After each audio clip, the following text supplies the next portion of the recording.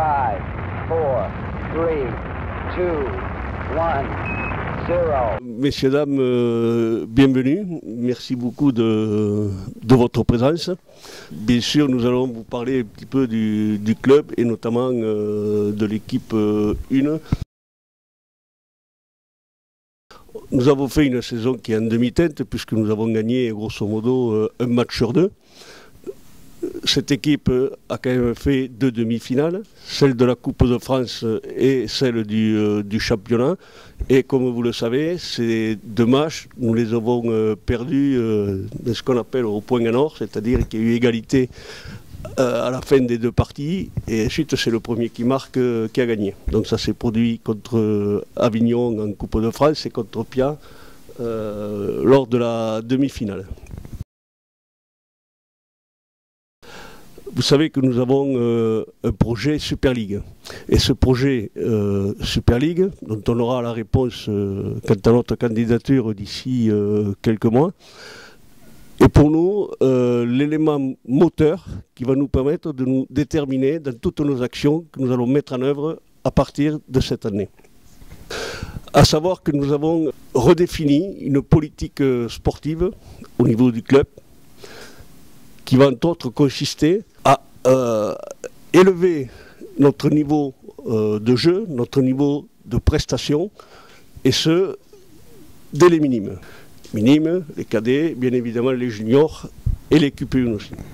C'est pour cette raison que nous avons entre autres décidé de changer un certain nombre de personnes au niveau du staff de l'équipe 1, puisque l'an dernier nous avions Julien Gérin et Julien Lehuby qui était préparateur physique pour l'un et co-entraîneur pour l'autre.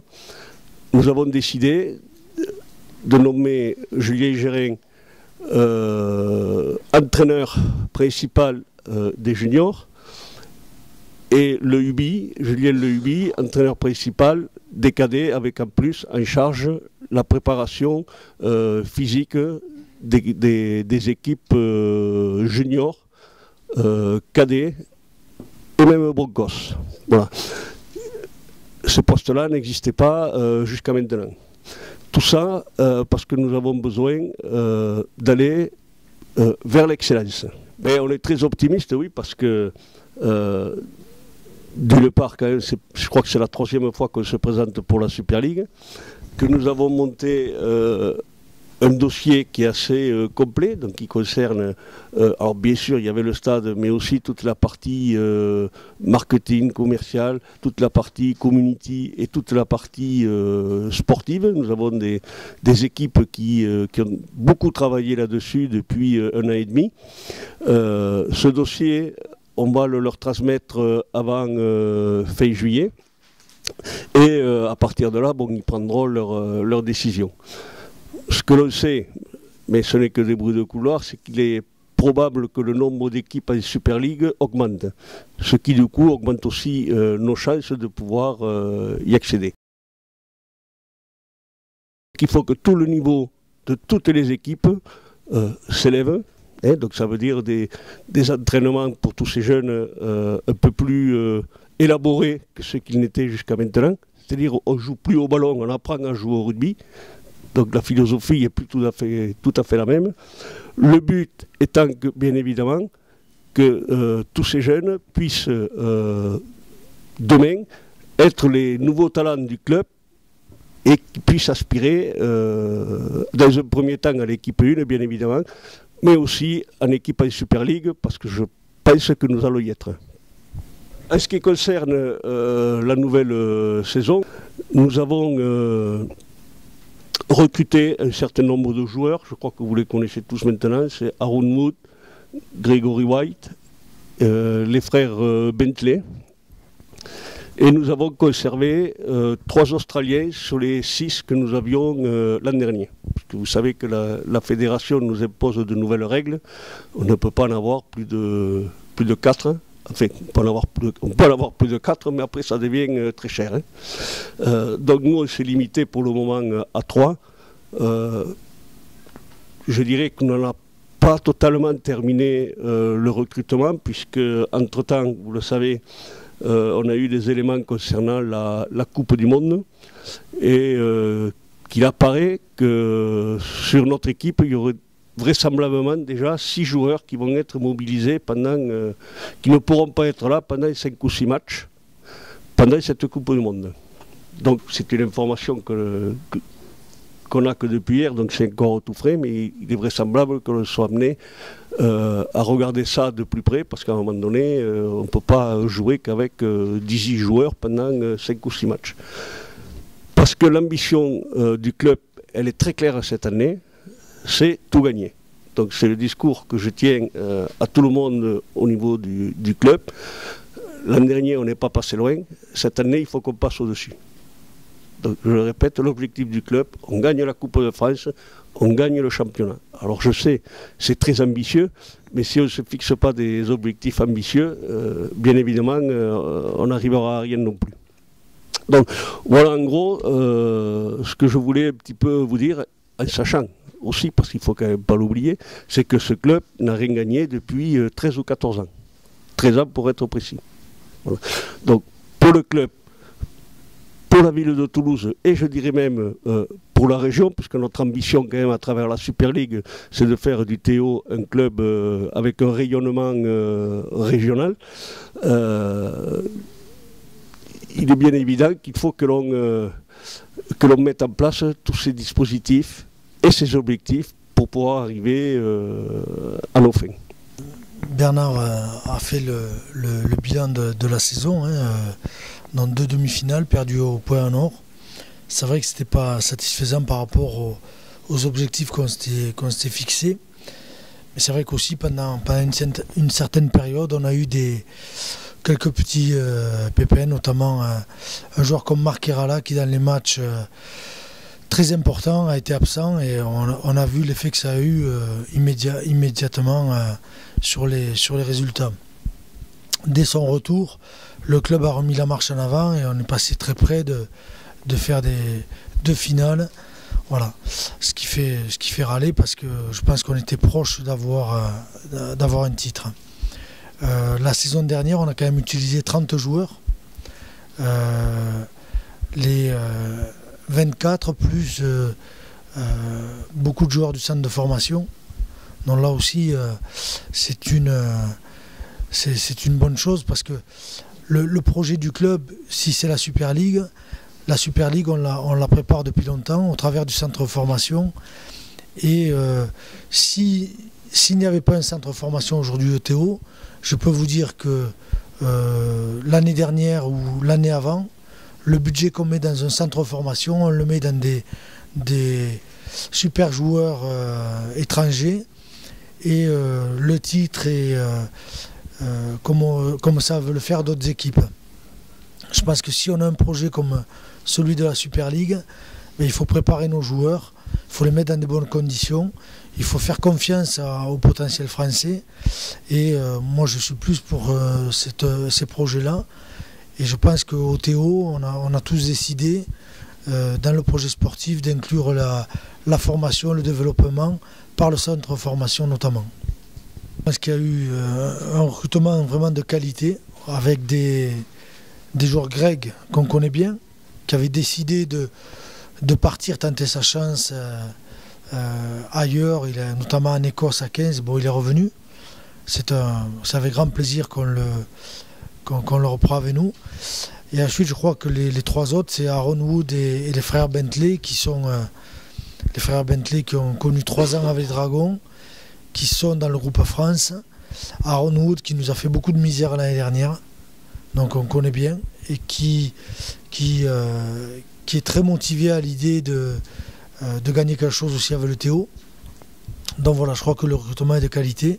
De plus, on intègre encore des joueurs du centre de formation comme Clément Boyer et Arthur, même s'il est blessé, il fait partie de l'effectif. Donc toujours faire monter des jeunes de ce centre. Et je pense qu'il y aura aussi des jeunes du centre de formation, notamment des recrues de cette année, qui prendront part à la saison de l'équipe 1 cette année. Les joueurs ont déjà commencé une préparation en salle de musculation et début août on reprendra le chemin des terrains, voilà, avec toute une programmation jusqu'au premier match de championnat qui est fixé, je crois, le 22-23 septembre. Apparemment, il a pris une forme définitive avec, il y aurait trois poules en fait, une poule d'élite et deux poules, alors je sais pas comment ils les appellent, hein, avec un brassage. De cette poule de 8, n'en sortira que 4 pour faire une poule des As, en quelque sorte, où les deux premiers ensuite accéderont directement aux demi-finales. Donc le chemin sera long, il sera difficile parce qu'il y a un resserrement de l'élite et je pense que parmi ces 8 équipes, toutes sont de très bon niveau. Toutes les équipes vont recruter, s'améliorer, donc je pense que tous les matchs vont compter. Ce sera un championnat qui sera difficile, même s'il paraît restreint comme ça, il sera très très difficile. Aujourd'hui, on a 5 dans le groupe France. Les frères Bentley, Sébastien, non, Masolo n'y est pas. Sébastien Planas qui est ici, Florian Quintilla et Théo Gonzalez. Il peut y en avoir d'autres. Ce qu'on sait aujourd'hui, c'est qu'il y a nos 3 étrangers. Kuni Minga fait partie des probables pour la Papouasie. Eloni Vunakese fait partie de la liste pour les Fidji.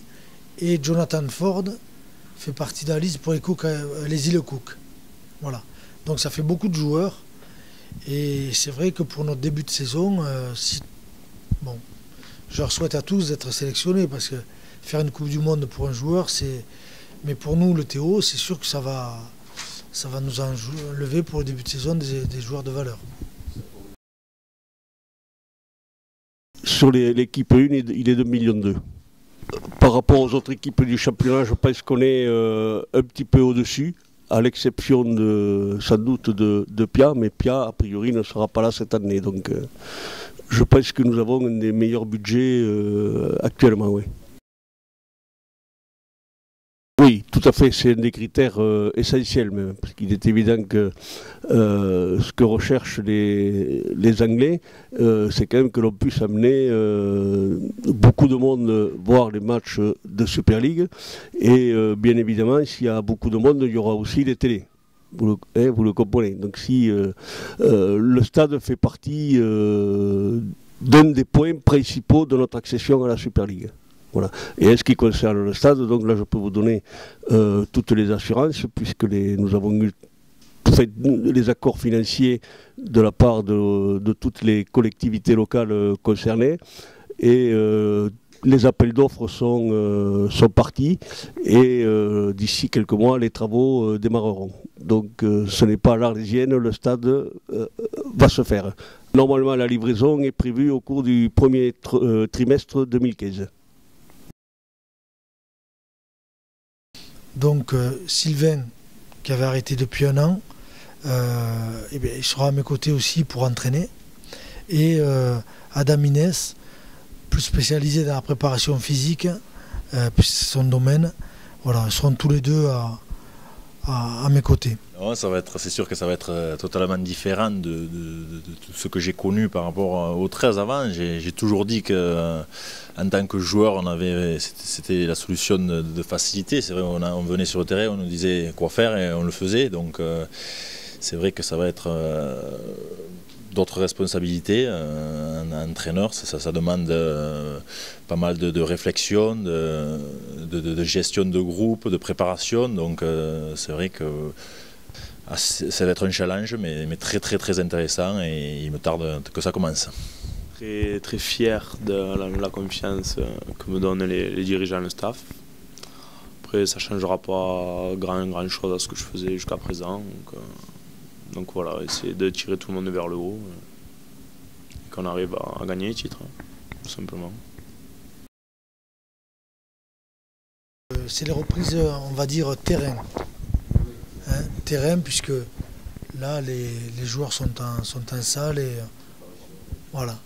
6 semaines avant le terrain et 7 semaines avant la première compétition officielle. Comme chaque année, il y aura des matchs amicaux. On partira aussi en stage en Andorre, comme on le fait chaque année, fin août, début septembre.